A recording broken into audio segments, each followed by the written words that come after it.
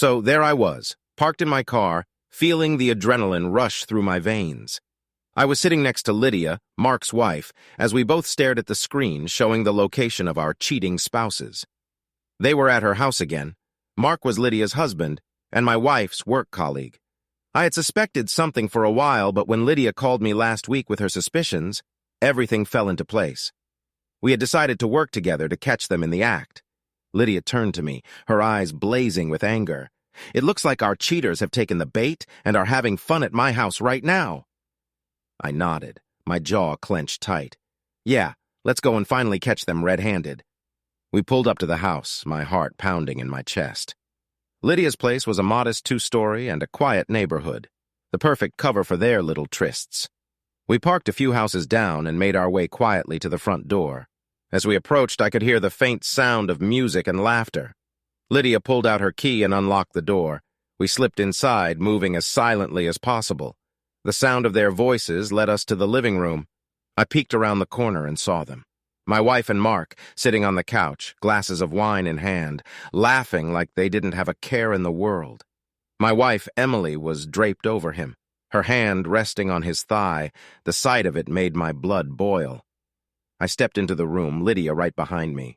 "Enjoying yourselves?" I said, my voice dripping with sarcasm. Their heads snapped towards us, eyes wide with shock and fear. Emily's face went pale and she scrambled to sit up. Mark, ever the smooth talker, tried to put on a brave face. "Hey, it's not what it looks like," he started. But Lydia cut him off. "Save it, Mark. We know exactly what this is." Emily's eyes filled with tears and she looked at me, pleading. "It's not like that, please. Let me explain." "Explain what?" I snapped. "That you're a liar and a cheater? That you've been sneaking around behind my back with him?" I pointed at Mark, who had the decency to look ashamed. Lydia stepped forward, her hands on her hips. "Get out, Mark. We're done." He stood up, trying to calm her down. "Lydia, come on. Let's talk about this." She shook her head, her voice cold and steady. "There's nothing to talk about. Get out." He looked at me and I gave him a hard stare. "You heard her. Get out." Mark grabbed his things and left, leaving Emily and me standing in the living room. Lydia and I watched him go. Then she turned to me. "Are you okay?" she asked, her voice softer now. I nodded, though I didn't feel okay. I felt betrayed, hurt, and angry. But there was also a strange sense of relief. Finally, the truth was out in the open. Emily started crying, real tears this time. "I'm so sorry," she sobbed. Lydia had called me last week, her voice trembling as she recounted finding an earring in their bed. An earring that definitely wasn't hers. When she confronted Mark, he fumbled through a lame excuse about it being his sister's. Yeah, right. From that moment on, we teamed up. If they were going to cheat on us, we were going to catch them red-handed. Tonight was the night. We had planted a tracker on Mark's car, and sure enough, it led us straight to Lydia's house. As we sat in the car, my mind raced with thoughts of betrayal and anger. Lydia was fidgeting beside me, her eyes fixed on the screen. "It looks like our cheaters have taken the bait and are having fun at your house right now," I said, my voice low and bitter. Lydia nodded, her jaw set in determination. "Well, let's go and finally catch them red-handed." We got out of the car and made our way to the house. My heart was pounding, but a part of me felt a grim satisfaction. Finally, I'd have the proof I needed. Lydia unlocked the front door quietly, and we slipped inside. We could hear faint laughter and the clinking of glasses from upstairs. Creeping up the stairs, every step felt like it took an eternity. My mind was a whirlwind of emotions, anger, betrayal, sadness.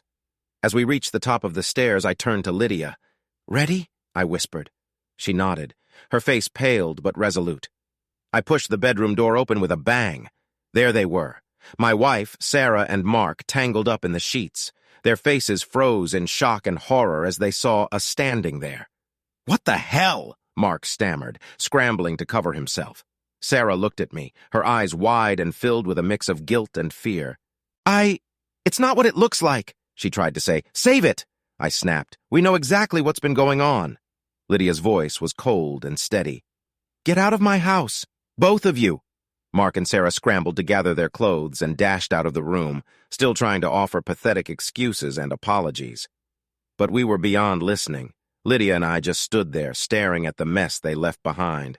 "Well, we did it," Lydia said, her voice breaking a little. "We caught them." I nodded, feeling a strange mix of relief and sorrow. Yeah, we did. As Sarah and Mark hurriedly dressed and stumbled out of the house, Lydia and I remained standing in the doorway, watching them leave with a mixture of anger and satisfaction. The evidence was undeniable, and there was no going back now. I turned to Lydia, who looked equally shaken. "What now?" she asked, her voice wavering slightly. I took a deep breath, trying to steady my emotions.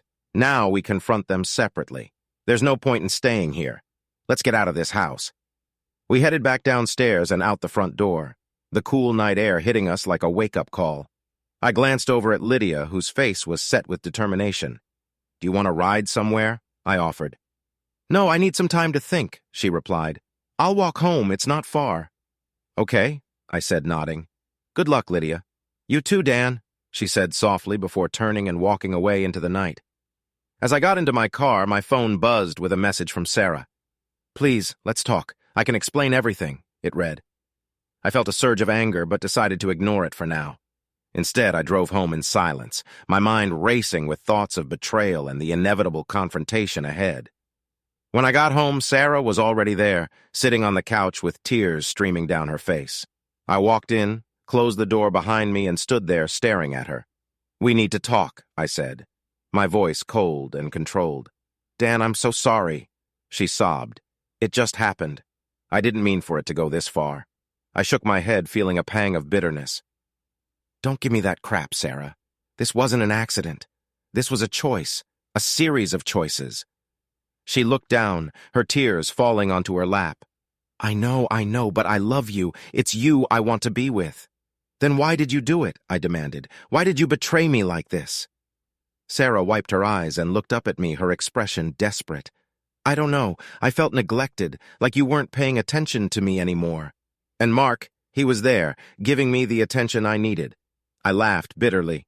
"So this is my fault? Because I didn't shower you with enough attention?" "No, that's not what I'm saying," she protested. "I'm just trying to explain how I felt. I know I was wrong, but we can fix this. We can go to counseling, work through this together." I sighed, feeling exhausted and overwhelmed. "Sarah, I don't know if I can ever trust you again, and without trust, what do we have?" She reached out to touch my arm, but I pulled away. "Please, Dan, give us a chance," she pleaded. I stood there, torn between anger and the memories of the life we had built together. "I need some time to think," I said finally. "I can't make any decisions right now." Sarah nodded, her face crumpling with relief. "Take all the time you need. I'll do whatever it takes to make this right." Without another word, I turned and walked upstairs, leaving her sitting on the couch. As I lay in bed that night, staring at the ceiling, I couldn't shake the image of her and Mark together. The road ahead was uncertain, and I had no idea what the future held. The next morning, I woke up feeling like I'd barely slept. The confrontation with Sarah played over and over in my mind. I decided to call Lydia and see how she was holding up. Maybe talking to her would give me some clarity. "Hey, Lydia," I said when she answered, sounding just as exhausted as I felt. "How are you doing? Honestly, I'm still in shock," she admitted. "I spent the night at my sister's. I couldn't face going home. I get it. Do you want to meet up and talk? Maybe we can figure out what to do next." "Yeah, that sounds good. How about the coffee shop on Maple Street in an hour?" "See you there," I said, hanging up. An hour later, we were sitting across from each other at a small table in the back of the coffee shop. Lydia looked as tired and worn out as I felt. We ordered coffee and sat in silence for a few minutes, just taking in the reality of our situations. "I confronted Mark last night," Lydia finally said, breaking the silence. "He tried to tell me it was a mistake, that he loves me and wants to fix things." Sarah said the same thing, I replied bitterly. "It's like they're reading from the same script." Lydia laughed humorlessly. "It's pathetic, really. They think a few empty apologies and promises can erase what they did." "I don't know if I can ever trust Sarah again," I admitted. "Every time I look at her, all I see is betrayal." Lydia nodded. "I feel the same way about Mark. He's been lying to me for months, sneaking around behind my back. I don't know if I can ever forgive him." We sat in silence again, sipping our coffee and lost in our thoughts. Then Lydia spoke up, her voice hesitant. Dan, there's something you should know. Last night after I left your place, I did some digging. I found out this isn't the first time Mark has cheated. My heart sank. What do you mean? He had an affair a few years ago, Lydia said quietly. I confronted him about it this morning and he admitted to it. He swore it was over, that he regretted it, but now I just don't know. Jesus, Lydia, I said, feeling a fresh wave of anger. I'm so sorry, it's not your fault, she said, but it makes me realize that this isn't something that can be fixed with a few counseling sessions. Mark has a problem, and I don't think I can be with someone who has such little respect for me. I nodded, understanding completely. Sarah's a compulsive liar. She's always been able to spin a story to make herself look good. But now I see that she's been lying to me about everything. I don't think I can live with that kind of deceit. Lydia reached across the table and squeezed my hand. We'll get through this, Dan. It's going to be hard, but we'll come out stronger on the other side. Thanks, Lydia, I said, grateful for her support. We'll figure it out one step at a time. As we sat there, I realized that our lives were about to change drastically. The people we loved and trusted had betrayed us in the worst possible way, and there was no going back. But at least we had each other to lean on, and together we'd find a way to move forward. The days following my conversation with Lydia were a blur. I threw myself into work trying to escape the whirlwind of emotions, but every night I returned home to the same reality. My wife had cheated, and our marriage was hanging by a thread. Sarah was doing her best to act like everything was normal, making dinner, watching TV, and attempting small talk. It was infuriating. How could she pretend that nothing had changed? I couldn't stand it anymore. One evening I decided to confront her again, needing answers to the questions that haunted me. Sarah, we need to talk, I said. My voice tense as I stood in the living room, arms crossed. She looked up from the couch, a look of dread crossing her face. Okay, she said quietly, setting aside her book. How long has this been going on, I demanded, and I want the truth this time. Sarah sighed, looking down at her hands. It started about 6 months ago, she admitted. But it wasn't serious at first, just flirty texts and meeting up for coffee. Flirty texts, I repeated, my anger rising. You mean sexting and sneaking around? She nodded, tears welling up in her eyes. Yes, I'm so sorry, Dan. And you expect me to believe it was just coffee and texts for months? I asked, my voice dripping with sarcasm. When did it turn physical? Sarah hesitated, then finally said, about 3 months ago. But it only happened a few times. I ended it because I knew it was wrong. 3 months, I repeated, feeling sick to my stomach. All that time lying to my face, pretending everything was fine. I know, she whispered. I was selfish and stupid, but I love you, Dan. I want to fix this. I'll do anything. I shook my head, my anger giving way to exhaustion. I don't know if this can be fixed, Sarah. You broke my trust in the worst possible way. She sobbed, burying her face in her hands. Please just give me a chance. Before I could respond, my phone buzzed. It was a text from Lydia. Can we meet? I found something else. I looked at Sarah, her tear-streaked face full of desperation, and felt a pang of guilt. I need to go out for a while, I said, grabbing my keys. We'll talk more later. Without waiting for her response, I walked out the door and drove to the coffee shop where Lydia and I had met before. She was already there, looking troubled. I sat down across from her, bracing myself for more bad news. What's up? I asked, trying to keep my voice steady. Lydia looked around, making sure we weren't overheard, then leaned in.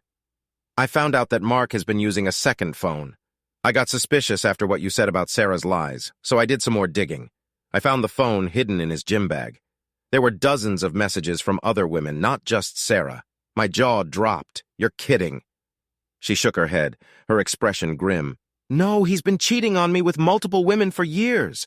Sarah was just one of many. I felt a surge of anger on Lydia's behalf. I'm so sorry, Lydia. I had no idea it was this bad. Neither did I, she said, her voice breaking. I thought we could work through this, but now I see that he's been lying to me our entire marriage. What are you going to do? I asked, already guessing the answer. I'm filing for divorce, she said firmly. There's no way I can stay with someone who's betrayed me so completely. I nodded, feeling a strange mix of relief and sadness. I think that's the right decision. You deserve better. Thanks, Dan, she said, squeezing my hand. And you? Have you decided what you're going to do? I sighed, looking out the window. I don't know yet. Part of me wants to try and work things out, but another part of me thinks it's hopeless. I can't trust her anymore. Take your time, Lydia advised. But remember, you deserve someone who respects and loves you completely. Don't settle for less. Her words stayed with me as I drove home, my mind swirling with thoughts. The truth was, I didn't know if I could ever forgive Sarah, but one thing was certain. I wouldn't allow myself to be lied to and manipulated any longer. It was time to take control of my life and decide what was best for me. Over the next few days, I spent a lot of time reflecting on Lydia's words. The betrayal still stung, but I knew I had to make a decision. Sitting on the fence wasn't going to help anyone, least of all me. One evening after work, I walked into the house and found Sarah sitting at the kitchen table, her eyes puffy from crying. She looked up as I entered, her expression a mixture of hope and fear. "Dan, we need to talk," she said, her voice shaky. I nodded, feeling a strange sense of calm wash over me. "Yes, we do." We sat down, and for a moment there was only silence between us. Finally, I took a deep breath and spoke. "I've been thinking a lot about everything, Sarah, about us, about what you did and about what I want." Sarah looked at me, her eyes pleading, and I don't think I can do this anymore. I said, my voice steady. "The trust is gone, and without it we have nothing." She burst into tears, reaching for my hand. "Please, Dan, don't say that. We can rebuild the trust. I'll do whatever it takes." I pulled my hand away gently but firmly. "I'm sorry, Sarah, but this isn't just about the affair. It's about all the lies, all the deceit. I deserve better than that. We both do." Sarah looked devastated, but she nodded slowly. "I understand," she whispered. "I've hurt you so much. I don't know if I can ever make it right." "I don't think you can," I said softly. "I think it's time for us to move on. I'm going to file for divorce." She covered her face with her hands, sobbing uncontrollably. I felt a pang of guilt, but knew this was the right decision. It was time to take control of my life and start fresh. "I'll stay with a friend until we figure everything out," I said, standing up. "Take care, Sarah." As I walked out of the house, I felt a strange sense of relief. It was painful, but it was also liberating. I was no longer trapped in a web of lies and betrayal. I called Lydia on the way to my friend's place. "Hey, it's me," I said when she picked up. "I did it. I told Sarah I'm filing for divorce." There was a moment of silence. Then Lydia's voice came through, warm and supportive. "I'm proud of you, Dan. That couldn't have been easy." "It wasn't," I admitted, "but it was necessary. I need to start over." "We both do," she said softly. "You know, you're welcome to stay at my place if you need to." "I have a spare room. Thanks, Lydia," I said, touched by her offer. "I might take you up on that." That night, as I lay in my friend's guest room, I felt a sense of peace I hadn't felt in months. The road ahead was uncertain, but at least I was moving forward. And with Lydia's support, I knew I wouldn't be facing it alone. The next few days were a whirlwind of activity. I moved some of my things to Lydia's place, and we began the process of sorting out the legal aspects of our divorces. It was overwhelming, but having Lydia by my side made it bearable. One evening, we were sitting on her couch, sipping wine and talking about everything but our exes. It was nice to escape the drama, even if just for a little while. "You know," Lydia said, smiling at me, "for someone going through a divorce, you seem to be handling it pretty well." I laughed. "Thanks. I think it's because I have a great friend who's been there for me every step of the way." She blushed slightly. "I'm just glad we have each other to lean on." "Me too," I said, feeling a warmth spread through me. "I don't know what I'd do without you." As the evening wore on, I realized that despite the pain and betrayal, there was hope for the future. I wasn't alone, and with Lydia by my side, I knew I could face whatever came next. Moving into Lydia's spare room was both strange and comforting. We both had our own battles with divorce, but having each other made things a little easier. Our friendship deepened as we navigated this turbulent time together. One Friday evening, we decided to treat ourselves to a night out. We went to a cozy little bar downtown, hoping to forget about our troubles for a while. As we sipped our drinks and chatted, it felt almost normal, like old friends catching up rather than two people trying to rebuild their lives. "Can I tell you something?" Lydia said, leaning in closer, her eyes sparkling in the dim light. Of course, I replied, curious. I feel free, she said, a smile creeping onto her face. For the first time in years, I feel like I can finally be myself. No more lies, no more pretending. I nodded, understanding exactly what she meant. I feel the same way. It's like a weight has been lifted off my shoulders. We clinked our glasses together in a toast to new beginnings and continued talking late into the night. As we left the bar, I realized how much Lydia's support meant to me. She had become more than just a friend. She was my confidant, my anchor in the storm. The next morning, I woke up to the smell of coffee brewing. I wandered into the kitchen to find Lydia already up, sipping her coffee and reading the newspaper. Morning, I said, grabbing a mug for myself. Morning, she replied with a smile. How'd you sleep? Pretty well, actually, I said, sitting down across from her. I think the wine helped. She chuckled, probably. As we sipped our coffee, Lydia looked at me thoughtfully. Dan, have you thought about what you want to do next? I mean, now that things are different. I nodded slowly. Yeah, I've been thinking about it a lot. I want to focus on myself for a while. Maybe pick up some old hobbies, reconnect with friends, just find out who I am again. That sounds like a great plan, Lydia said, nodding in agreement. I've been thinking the same thing. It's time to focus on us, on our happiness. We spent the day making plans for our new lives. We talked about hobbies we wanted to try, places we wanted to visit, and how we could support each other through this transition. It was exciting and a little daunting, but knowing we had each other made it seem possible. A few weeks later, I was at work when I got a call from my lawyer. The divorce papers had been finalized. It felt surreal, knowing that chapter of my life was officially over. I called Lydia to share the news. It's done, I said when she picked up. The divorce is final. There was a moment of silence, then she said, How do you feel? Relieved, I think, I replied. Sad, but mostly relieved. It's really over. I'm here for you, Dan, Lydia said softly. Whatever you need. Thanks, Lydia, I said, feeling grateful for her support. I'll see you at home. That evening, we decided to celebrate. We ordered takeout from our favorite restaurant, opened a bottle of wine, and toasted to the end of one chapter and the beginning of another. As the night went on, we found ourselves talking about the future. Lydia mentioned wanting to take a trip to Europe, something she had always dreamed of but never had the chance to do. I talked about getting back into photography, a hobby I had neglected over the years. You know, Lydia said, her eyes twinkling, we should make a pact. Let's promise to help each other achieve our dreams no matter what. I smiled, raising my glass. Deal. Here's to new adventures and making our dreams come true. We clinked glasses, sealing our pact. In that moment, I felt a surge of hope and excitement for the future. Yes, there had been betrayal and heartache, but there was also a chance for a new beginning. And with Lydia by my side, I knew anything was possible. As the weeks went by, Lydia and I settled into a comfortable routine. We supported each other through the rough patches and celebrated the small victories. It was nice to have someone who understood exactly what I was going through.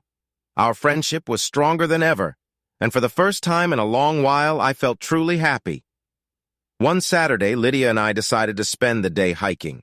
It was something we both enjoyed but hadn't done in years.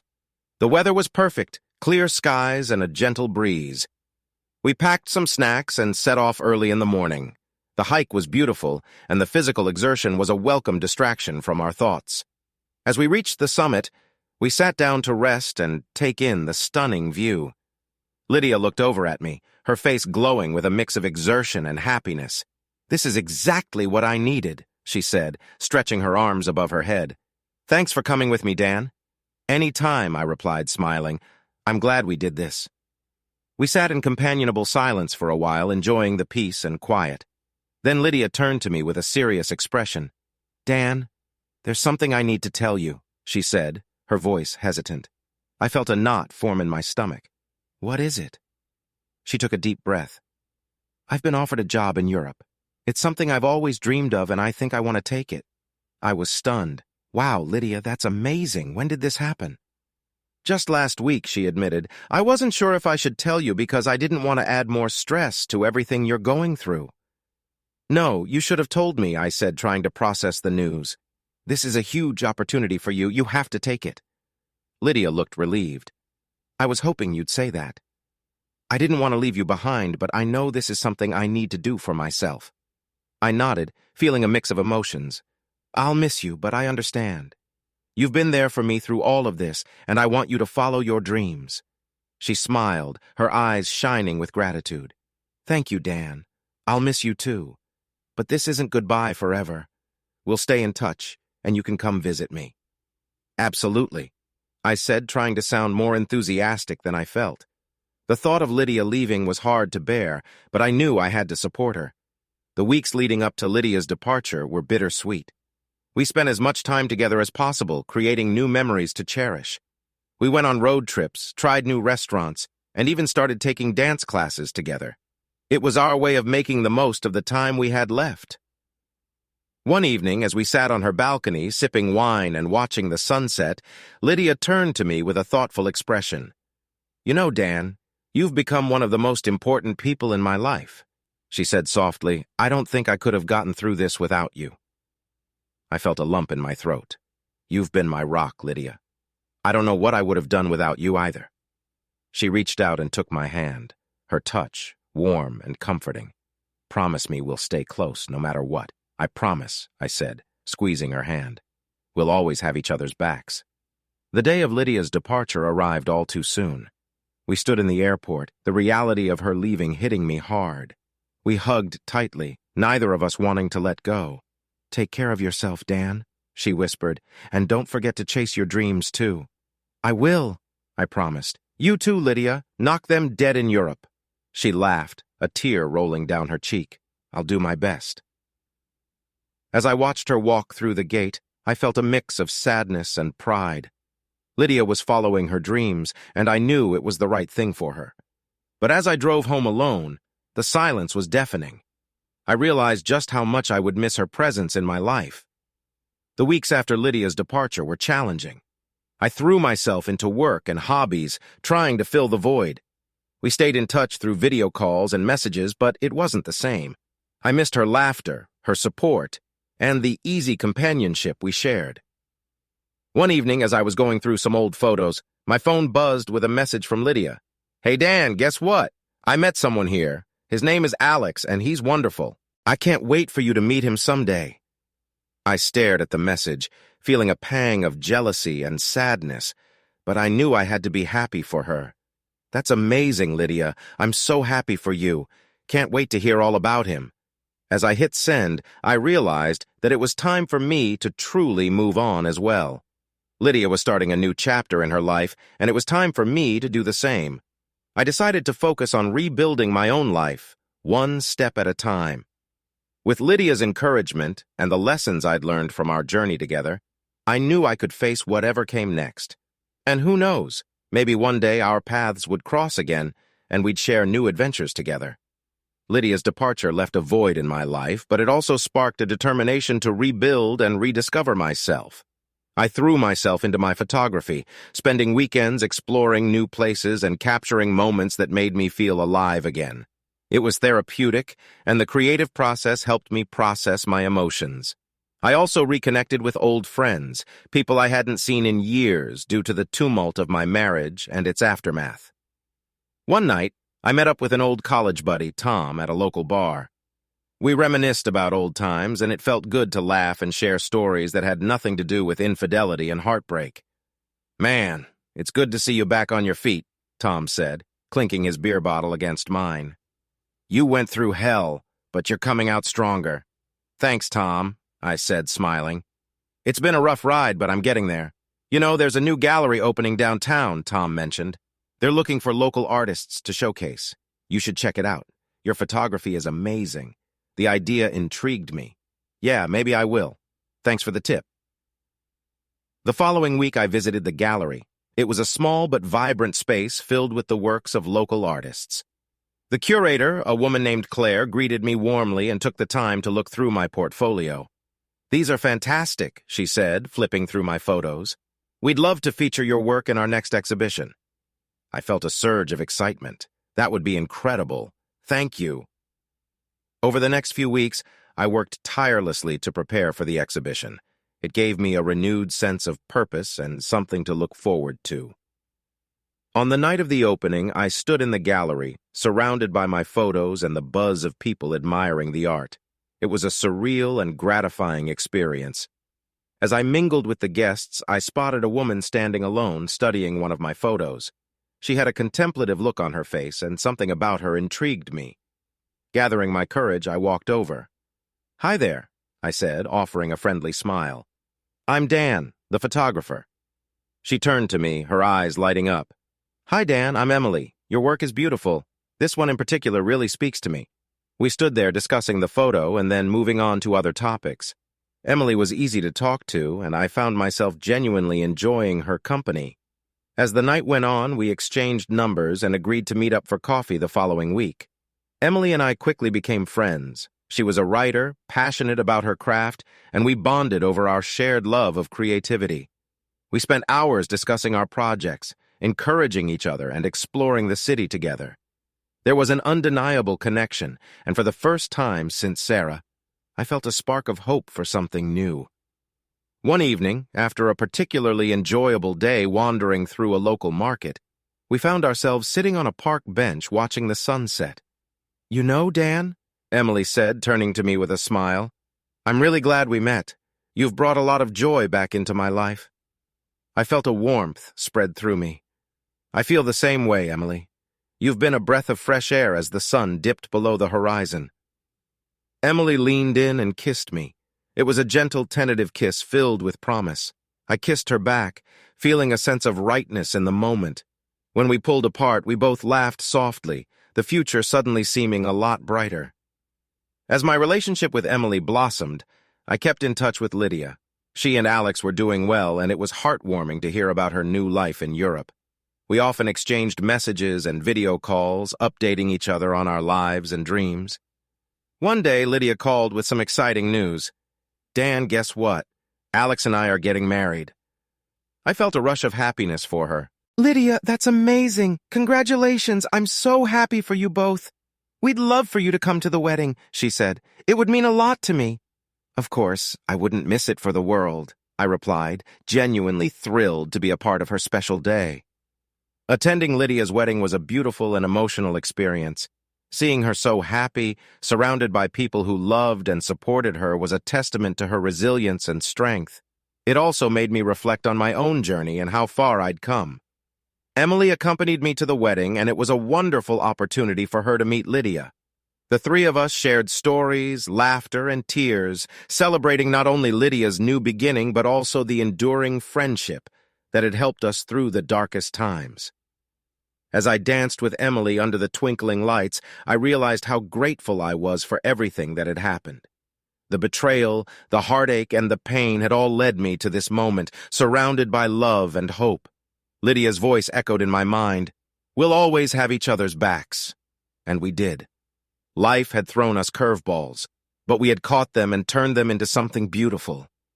With Lydia and Emily by my side, I knew that no matter what the future held, I was ready to face it with strength, love, and a heart full of hope. Returning from Lydia's wedding in Europe, I felt an overwhelming sense of closure and a renewed zest for life. The journey had been long and arduous, but I'd come out stronger on the other side. Emily and I were closer than ever, and I felt a deep gratitude for the new chapter unfolding before me. A few months after the wedding, Emily and I decided to take a trip together. We chose a quaint coastal town known for its breathtaking scenery and serene atmosphere. It was the perfect place to relax, reflect, and continue building our relationship.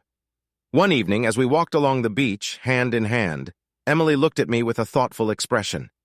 "Dan, have you ever thought about what you want for the future, like where you see us going?" I squeezed her hand gently, feeling the warmth of her presence. "Honestly, Emily, I've been thinking about it a lot. I see a future with you.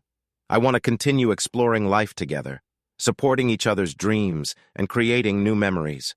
You've brought so much happiness into my life." She smiled, her eyes shining with emotion. "I feel the same way. I've never felt this connected to someone before. It's like everything we've been through has led us to this moment." We stopped walking, and I turned to face her, the sound of the waves crashing softly in the background. "Emily, I love you," I said, my voice steady and sincere.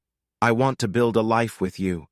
Tears welled up in her eyes as she replied, "I love you too, Dan, more than I can put into words." We kissed, the moment filled with promise and hope for the future. As we stood there, wrapped in each other's arms, I knew that I had found something truly special with Emily. It was a love built on trust, mutual respect, and a shared passion for life. A year later, Emily and I moved in together. We found a charming apartment with plenty of light for her writing and space for my photography. It was a place where we could both thrive and create together. Life felt full of possibilities, and every day was an adventure. Lydia and I continued to stay in touch, our bond as strong as ever. She and Alex visited us occasionally, and we made plans to travel together in the future. It was a comforting reminder that no matter how much life changed, some friendships remained steadfast and true. One sunny afternoon, Emily and I were sitting on our balcony discussing our dreams and future plans. She looked at me, her eyes twinkling mischievously. "Dan, have you ever thought about starting a family?" The question caught me off guard, but in a good way. I had never really considered it before, but the idea of creating a family with Emily felt right.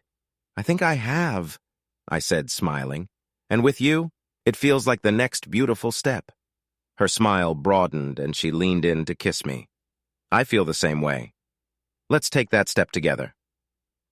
A few months later, Emily and I stood in front of a small group of our closest friends and family exchanging vows. It was a simple, intimate ceremony, but it was perfect. As we promised to love and support each other for the rest of our lives, I felt an overwhelming sense of peace and happiness.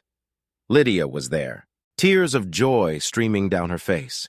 She gave a heartfelt speech, reminiscing about our journey and celebrating the love that had brought Emily and me together. It was a beautiful reminder of how far we had come and the incredible people who had supported us along the way. Years passed, and Emily and I welcomed our first child, a beautiful baby girl we named Lily. Holding her in my arms for the first time, I felt a surge of love, unlike anything I had ever experienced.